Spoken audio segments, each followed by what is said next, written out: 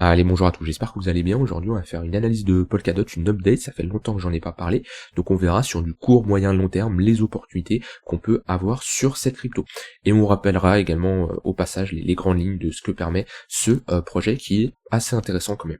Avant de commencer l'analyse, je tiens à vous rappeler qu'il vous reste jusqu'à ce soir minuit pour profiter des 200 € offerts sur le programme Crypto Investor. Si tu veux une méthode détaillée, un plan d'action qui te permettra d'analyser une crypto de A à Z et la mettre potentiellement dans ton portefeuille pour le prochain bull market, en passant par les fondamentaux, l'analyse technique, la tokenomics, tu auras tous les éléments pour savoir si une crypto est intéressante ou non. Tu as également ma méthode de prise de profit sur du long terme, comment je fonctionne, comment j'envisage la suite, les narratifs que je surveille. C'est vraiment on est ici, on rentre dans les détails. C'est vraiment un programme où on part sur à peu près 20-22 heures de vidéos. Ok, je continue à ajouter des modules. Il y a un groupe privé sur le Discord où j'échange avec les personnes qui me posent des questions. D'accord, c'est vraiment un accompagnement sur le long terme où bien sûr il y a un suivi. J'échange avec vous si vous avez des questions, etc. J'y réponds avec plaisir. Donc voilà. Dès ce soir, le prix doublera. Donc si tu veux en profiter, le lien est en description.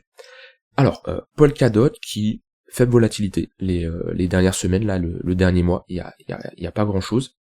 Alors Polkadot, avant, on va rappeler globalement les fondamentaux. Alors Polkadot, ça a été créé par Gavin Wood, qui est c'est l'ancien cofondateur d'Ether, d'accord. Il a compris les lacunes qu'avait un peu Ethereum, il a décidé de prendre en gros son envol et essayer de résoudre ces problèmes-là. Alors Polkadot, son gros enjeu, c'est de résoudre l'interopérabilité. On sait que il y a un problème d'interopérabilité dans l'écosystème crypto, ok. Les blockchains sont isolées, ils sont chacune dans leur coin et on peut pas communiquer entre elles, d'accord. C'est compliqué. Alors c'est là l'intérêt de l'interopérabilité, c'est d'avoir une connexion, permettre d'interagir, de communiquer entre ces blockchains. C'est un concurrent de Cosmos, ils ont pas la même manière de fonctionner. Cosmos, ça va être un écosystème qui est relié, mais ça va être le Cosmos Hub, c'est-à-dire toutes les blockchains peuvent se relier entre elles, ok. Si on a une qui disparaît, ça va pas impacter les autres, et dans le Cosmos Hub, on a Atom qui est relié aux autres projets, ok, aux autres blockchains, mais si Atom demain meurt, les autres projets sont censés vivre, sont censés continuer, le Cosmos Hub continuera tout simplement de vivre. Maintenant, Polkadot, sa manière de fonctionner est complètement différente, puisque on a une blockchain centrale, ok, et parmi cette blockchain centrale, on va avoir d'autres blockchains qui vont être rattachées, ok. Donc voilà, on a une interopérabilité, mais elle est complètement différente de Cosmos, hein. On a des blockchains qui sont reliées à la blockchain principale. Le problème, c'est que si la blockchain principale du jour au lendemain a des problèmes, et ça peut avoir un impact sur les autres projets automatiquement. Donc l'avantage, c'est que ça permet quand même de créer des blockchains, l'interopérabilité je parle en général, de créer une blockchain avec ses propres règles et de profiter de la sécurité de Polkadot, ok. Et depuis Polkadot 2.0, Polkadot, la première version de Polkadot, elle était intéressante, mais il y a quand même des lacunes, parce que pour rentrer dans ce système-là, c'était long, il y avait un système d'enchères, c'était cher, c'était compliqué. Depuis Polkadot 2.0, le modèle économique a quand même bien changé, et voilà, l'utilisation est quand même plus efficace. Donc voilà, c'était pour rappeler les grandes lignes de ce que permet Polkadot sans rentrer non plus trop dans les détails. Alors d'un point de vue technique, pour moi, on est toujours sur des niveaux intéressants. Vous voyez, depuis qu'on a break ce tunnel daily ici, qui faisait office de résistance, on était si je mets juste d'un point de vue action du prix, dans des phases ici de sommet de plus en plus bas, ok, hop. Et voilà, là on a break les derniers sommets, on a break le tunnel daily, on a fait un magnifique pullback dedans, on refait un pullback. Voilà. Ici on est dans des phases où on est dans des périodes d'accumulation. Et vous le savez, hein, ceux qui me suivent depuis un moment, ce tunnel daily est très intéressant pour avoir une représentation de la tendance. Et est-ce que c'est intéressant de se positionner, est-ce que vaut mieux attendre, etc. Moi, vous savez que je suis pas fan du DCA, d'accord, moyenner un prix à la baisse faire du DCA sur Bitcoin, sur Ether, pourquoi pas. Maintenant on peut faire du DCA plus optimisé dans des zones long terme intéressantes, d'accord. Je ne ferai pas du DCA lorsqu'on fait un nouvel ATH, lorsqu'on a une charte qui est autant verticale. Maintenant, ok, faire du DCA ici, quand on a pas trop de volatilité, quand le marché est horizontal, ok, pourquoi pas. Maintenant, moi, le tunnel daily, je le regarde tout simplement pour savoir si on rentre dans une fin de tendance baissière, si on a une tendance baissière qui est mature et on a des chances qu'elle s'inverse. On voit que quand on a un cross des moyennes mobiles, on passe dans une dynamique baissière, les sommets sont de plus en plus bas et on évolue en dessous de ce tunnel daily. Au moment où on le break, on peut se dire ok, Là déjà, potentiellement qu'on va rester dans un range un peu plus long terme, mais déjà on arrive à la fin de cette tendance et ça permet de ne pas immobiliser du capital. Parce qu'il y en a beaucoup qui vendent le DCA comme une méthode miracle. Ok, c'est une méthode intéressante pour les personnes qui n'ont pas de connaissances, qui veulent pas s'intéresser à l'analyse technique, voilà, qui globalement ils veulent juste investir et ils se projettent sur du long terme. Pourquoi pas? Les personnes font pas le temps ou ça n'intéresse pas. Ok, maintenant si vous avez un minimum de connaissances, d'accord, des bases, ça vous permet de vous placer sur des niveaux beaucoup plus intéressants, d'accord, des zones de support long terme, voilà, comme celle-ci, ou attendre qu'on a une tendance qui est mature, qu'on a des signaux d'inversion de notre dynamique. On avait peut-être ici une divergence, voilà, ici on a une divergence haussière qui est validée. Ici on a une petite divergence haussière, elle est plus petite, mais c'est ça que je veux vous faire comprendre globalement. Et voilà, le problème du DCA, c'est ok, on moyenne notre prix à la baisse, ça peut en rassurer certains, mais on immobilise notre capital. Quelqu'un qui fait du DCA sur Polkadot, ok, depuis 2022, là, ça fait 2 ans qu'il immobilise son capital, ok, dans une tendance baissière. Pour moi, est-ce que c'est intéressant? Je préfère avoir des signaux de retournement. Ici, qu'on arrive déjà, même si on se positionne un peu plus tôt, qu'on n'attend pas le prêt du tunnel daily, mais ok, ici, ça devient déjà intéressant qu'on est dans cette précédente zone de demande sur un support long terme. Moi, c'est comme ça, je cherche globalement à me positionner sur du long terme. C'est, voilà, si j'ai de fortes convictions sur le projet, c'est-à-dire que c'est un projet qui m'intéresse, où je me dis qu'il est intéressant, et moi, je vais chercher des niveaux de support long terme où le marché a des chances de réagir. Ça, c'est une grosse accumulation qu'on a faite. Ici, on a un bottom de marché, ok. Et généralement, ces bottoms, ces zones d'accumulation, quand on revient dessus, sont censés faire office de support. On a presque fait un all-time low. Ok, c'est vrai que Polkadot a quand même pris cher pendant ce bull market, pendant ce bear market. C'est pas le projet qui s'est le mieux relevé.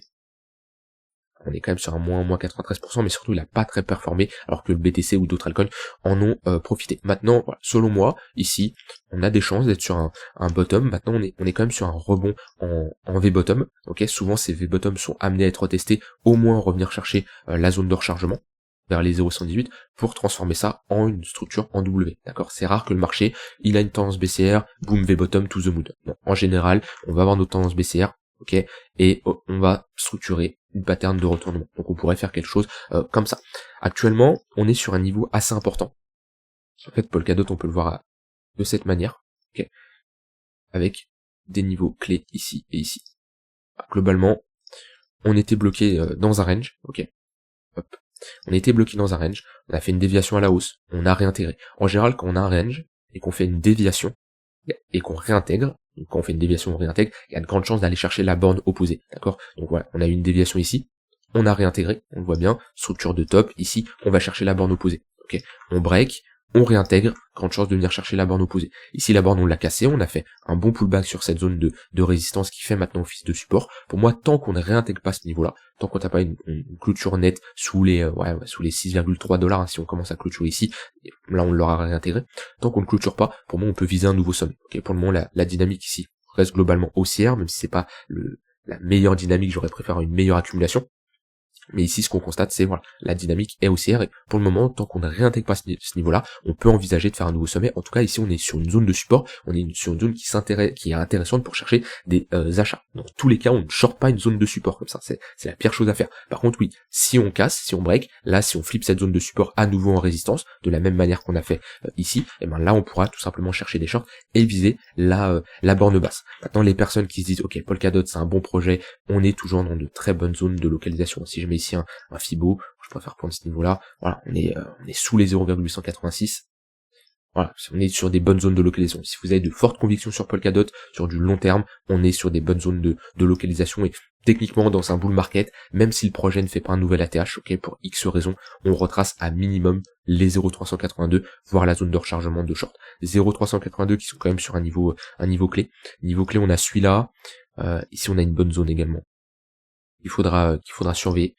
Hop. Ici, on a une bonne zone à surveiller avec une sorte de déviation. Ici, on a fait déviation à la baisse, déviation à la hausse. Ok, globalement, c'est pareil. Hein. Ici, on était comme bloqué dans un range, déviation à la baisse, réintégration, borne opposée, on redévie, etc., etc. Donc là, on a un gros niveau vers les 16 $. Les 0,382 qui sont sur un niveau intéressant. On a des bonnes confluences, hein. Même les 0,5, ils sont sur un bon niveau à surveiller. Et encore, notre zone de rechargement, allez, ouais, on n'a pas trop de confluence, ça reste la zone de rechargement de short, faudra surveiller, mais techniquement, si on s'affranchit des 0,5, on aura de grandes chances d'aller faire un nouveau sommet. Donc ça, c'est des zones à surveiller, ça peut être des zones de prise de profit, en fonction de comment vous voulez sortir, ça dépend de votre stratégie de base. Il y en a qui vont dire, ah bah moi, je ne vends pas tant qu'on ne fait pas un nouvel ATH, il y en a qui vont prendre des profits à 50% de retracement, ça dépend de vous. Le plus important, c'est de prendre des profits sur la montée. Ne cherchez pas à faire du all-in et all out, d'accord, donc vous rentrez à 100% et vous sortez à 100%, c'est pas la bonne méthode, d'accord, cherchez plutôt à rentrer en 2-3 fois sur un niveau de support long terme et à sortir en 4, 5, 6 fois, voire plus lorsqu'on a une montée, d'accord, c'est-à-dire voilà, pourquoi pas avoir une première prise de profit au niveau des 0,382, la zone de rechargement de short, le nouvel ATH et laisser courir 30-40% de la position pour prendre des targets beaucoup plus élevés. Et on peut avoir aussi une sorte de moonbag où on se dit ok, bah moi je garde 5-10% de mon capital en Polkadot au cas où vraiment il y a une adoption énorme que Polkadot il va chercher par exemple les $200, ok, admettons, soyons fous, d'accord, comme ça vous permet de ne pas être frustré au cas où vous vendez à un endroit et Polkadot fait un x10 juste après.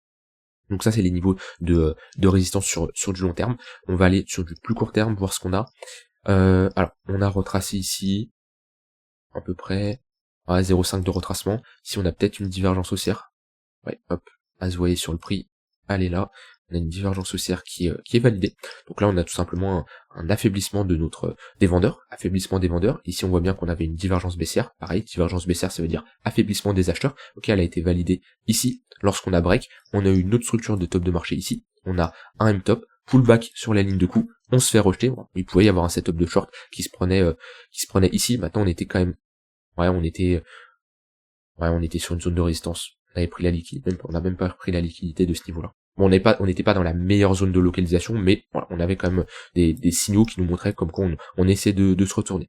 À l'heure actuelle, voilà, on a l'inverse, on a une divergence haussière, on est sur un niveau de support, on a une prise de liquidité et une bonne réintégration. Ça nous montre qu'ici on a déclenché des ordres stop, ok, on a eu des sell stop, et on voit que ces sell stop ont été absorbés par des acheteurs. Quand on déclenche comme ça des sell stop, des stops tout simplement, c'est une vente au marché, parce que c'est des sells d'acheteurs, donc automatiquement ils vendent leur position, et si on n'a pas eu ici un gros dump, ça veut dire qu'automatiquement cette liquidation a été absorbée par des acheteurs. Donc bonne réaction. Ce qui nous manquerait, ça serait une petite structure pour inverser notre dynamique, parce que là, si je regarde, les sommets sont de plus en plus bas. Si je mets les moyennes mobiles, ouais, on a une bonne projection dans le tunnel daily, et on voit qu'il y a une compression ici sur du court terme entre le tunnel 4 heures, ok, le tunnel 4 heures et le tunnel daily. Donc on peut voir ici une sorte, sur du plus court terme, une sorte de range. Voilà, ça dépend de si vous faites de l'intraday, du swing, etc. Là, on cherchera plutôt des longues sur la borne basse, des shorts sur la borne haute, et si on a une résolution de ce range par le haut, on validera ici un break assez important. On aura les moyennes mobiles qui seront sûrement orientées à la hausse, ce qui serait bien pour vraiment avoir un momentum aussi et une reprise. Voilà, c'est ce genre de scénario. On a ici, voilà, hop, j'attends le break, voilà, le 15 minutes qui passe au-dessus d'une heure, le 1 heure qui passe au-dessus du 4 heures, et vous voyez, les pullbacks dans les moyennes mobiles, tac, c'est des opportunités de longue. Ici, 15 minutes, quand le 15 minutes break, c'est le 1 heure qui fait support, quand le 1 heure break, c'est le 4 heures qui fait support. Et après, on repasse on rentre dans un range, automatiquement, on va pas pump indéfiniment, range précédé par une tendance haussière, plus de chances de casser à la hausse, ok, et on repart dans une seconde vague haussière, ok, le 1 heure qui fait office de support, le 1 heure qui break, bon là, on n'est pas rentré dans le 4 heures, c'est des zones d'intervention, on n'y va pas spécialement à chaque fois, mais c'est des points de repère intéressants. Et après, on repasse dans une dynamique haussière, etc., etc. Là, actuellement, on voit que les moyennes mobiles sont plutôt orientés à la baisse. Ce qui serait bien, ça serait d'avoir un bon flux haussier pour accompagner cette tendance. Mais ouais, si on commence à s'affranchir ici des $7, ok, on aura ici une bonne pattern de retournement pour revenir chercher notre zone de rechargement de short de ce mouvement-là. Bon, je vais supprimer un peu ça. Un peu dégueulasse quand il y a trop de trucs comme ça. Hop, voilà, revenir chercher. Donc si on s'affranchit des $7, on break le tunnel 4 heures, on réintègre ce niveau-là, on aura de grandes chances de revenir chercher entre les 8 et les $9. Ça serait une bonne target. Et après, faudra voir dans cette zone de rechargement de short comment le marché se comporte. Si on n'a pas spécialement d'affaiblissement acheteur, si on a des vendeurs qui se montrent pas, et qu'on continue à faire des creux de plus en plus haut, on aura de grandes chances de faire un nouveau sommet. En tout cas, voilà, moi mon avis sur Polkadot, le fonda est intéressant, je préfère quand même l'écosystème Cosmos qu'à l'écosystème de Polkadot, je suis investi dans l'écosystème de Polkadot. On est toujours dans une bonne zone de localisation pour chercher des achats, donc ça c'est un point à prendre en compte. Maintenant ça dépend toujours de votre zone d'investissement long terme, enfin de votre durée de temps, ok. Si vous êtes un investisseur court terme, là, enfin, du coup, pour un trader de quelques jours, quelques semaines, bah voilà, on va pas regarder une charte en weekly comme ça, ok, on est sur un niveau de support, on va affiner notre zone. Maintenant, là, je parle surtout pour des personnes qui ont un horizon de temps beaucoup plus long terme. Oui, on est toujours sur des bonnes zones, ok, et on a un bon flux haussier là qui s'est mis en place. Donc voilà, mon avis sur Polkadot. Que ça soit d'un point de vue analyse technique ou d'un point de vue fondamental. N'hésitez pas à me dire ce que vous en pensez, vous, de l'écosystème de Polkadot. Est-ce que pour vous c'est un bon écosystème? Est-ce que vous êtes investi dessus ou pas?